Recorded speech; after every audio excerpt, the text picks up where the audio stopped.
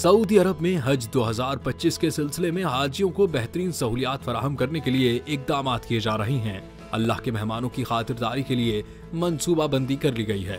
अरब खबर रसां इदारे की रिपोर्ट के मुताबिक हज 2025 के दौरान हाजियों की सेहत को मुकद्दम रखते हुए वजारत हज उम्रा ने मुतवक्किल शदीद गर्मी और लू के पेश नजर खास इंतजाम किए हैं। इस हवाले से हज आगाही मरकज के ताउन से एक मुहिम शुरू की गई है, जिसमें हुज्जाज कराम को सूरज की तपिश और गर्मी से बचाव के हवाले से मालूमात फराहम करने का सिलसिला जारी है।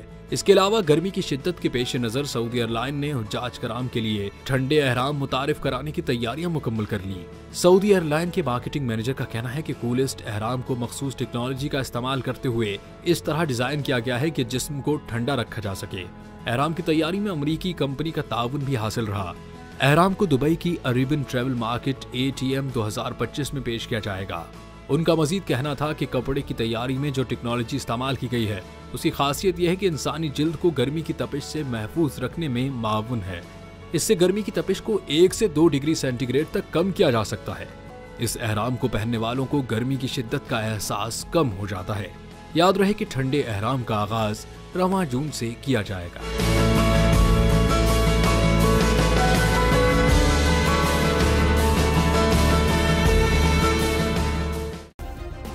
सब्सक्राइब करें और बेल दबाएं ताकि कोई खबर रह न जाए।